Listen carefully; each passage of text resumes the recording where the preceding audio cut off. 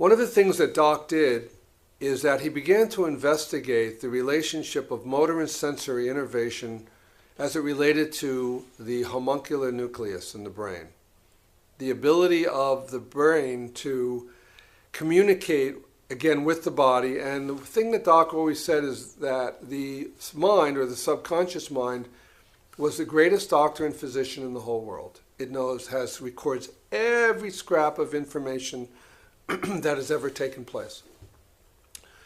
Since most of motor and sensory innervation from the brain or from the homuncular nucleus ties into the right arm, that we can use, or DeJarnette found also, that we can use the right arm to access information as to what's going on with the patient through the neurological functions of the brain and also through the proprioceptor system of the body. And which is kind of the proprioceptor, to keep it simple, is like the telephone lines to the brain. And what Doc always said was that the brain has kind of its 24-hour repair and maintenance crews, always on call.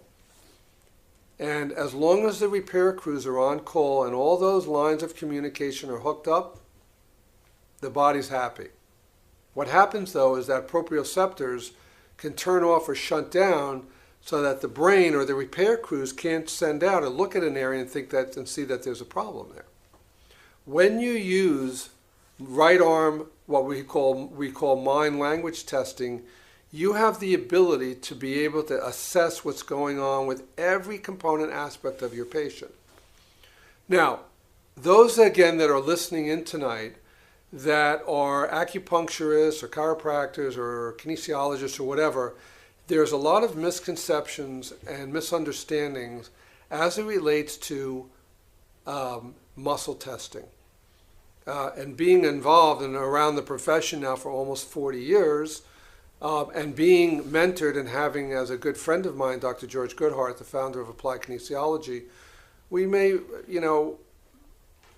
I'm just asking all of us to keep an open mind and begin to experiment and understand that the pioneers that made this profession are people that investigated these things and utilized it as an adjunct in their practice.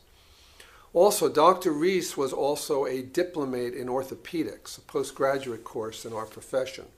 And he believed that the ability to use the right arm was a very